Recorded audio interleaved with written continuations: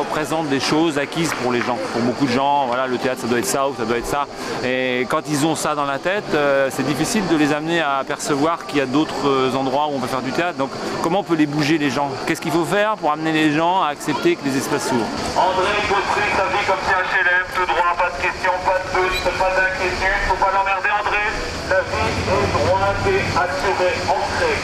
Sur le chantier, ils embauchent Svetlana. Et Svetlana, elle est biélorusse. Et Svetlana, c'est une bombe. Va-t-elle ébranler André? En quoi consiste la parade dans Travaux? Alors, étonnamment, elle consiste à juste marcher. On a des costumes, on a une démarche. On joue déjà un jeu. On fait des spots, on s'installe à un coin, voilà. On déploie le bazar. On s'est rendu compte en se baladant avec un casque et puis un gilet que ça racontait déjà l'histoire. Pour le festival, là, on est tous un peu obligés de faire comme ça. Je sais pas si en règle générale on ferait ça dans notre ville pour le théâtre à Vire. Mais ici au festival, tout le monde essaye d'avoir le plus de popularité et de se faire entendre. Donc on est un peu obligé, mais il y a des gens, ils nous le disent tout de suite, non, ça ne nous intéresse pas. On voit qu'il y en a, ils sont très désagréables. Et d'autres qui prennent le temps, on sait que ceux-là, ils sont venus pour le festival, ils prennent le temps d'écouter. Là maintenant, elle est pour le plaisir, mais au début, elle a été utile 5 jours, on va dire. Parce qu'après, c'est vraiment le bouche-oreille. Et encore une fois, il n'y a que l'humain qui fonctionne. Donc comment on établit le contact humain avec les gens quand les gens sont sur des trajectoires définies? Là, par exemple, c'est dimanche, j'ai décidé de remonter la rue de la République pour voir des gens dans la rue, tout ça. Bon, j'ai pas envie qu'on m'interpelle a priori. Donc comment j'arrive à interpeller, comment nous on arrive à interpeller les gens pour qu'à un moment donné ils se disent ah, c'était pas prévu dans ma trajectoire, mais finalement la surprise fait que c'est une meilleure journée. On n'agresse pas les gens en fait.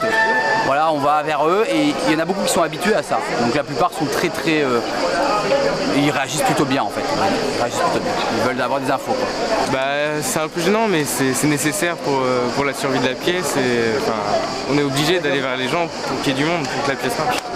Quand on dit théâtre contemporain, les gens sont plus attirés parfois. C'est pas agressif, c'est au contraire festif, convivial, moi j'apprécie beaucoup. En travaux tous les jours à la manufacture à 18h30, c'est histoire d'en... Je trouve ça plutôt agréable, nous ça nous a permis de choisir la plupart des pièces qu'on va voir. Mais après il y a pas mal de gens que ça embête vu qu'il reste 2 jours ou une journée, donc 50 tracts ça les aide pas. Sur travaux, sécurisation du périmètre, observation. En travaux, C'est créer une interpellation qui amène les gens à la curiosité. Et une fois qu'ils ont eu la curiosité, c'est être à la hauteur de cet enjeu-là. C'est-à-dire que voilà, dans la parade par exemple, quand ils nous rencontrent, il faut qu'on soit vraiment avec eux, les gens. Et quand ils vont voir le spectacle, il faut qu'ils voient vraiment ce qui se passe sur le plateau, il faut que ce soit du vrai, du donné, de l'envie et de la relation. On peut avoir un contact léger, amusant, amusé, mais il ne faut pas les trahir, on ne leur présente pas un spectacle comique, on ne leur présente pas un spectacle drôle. déplacement.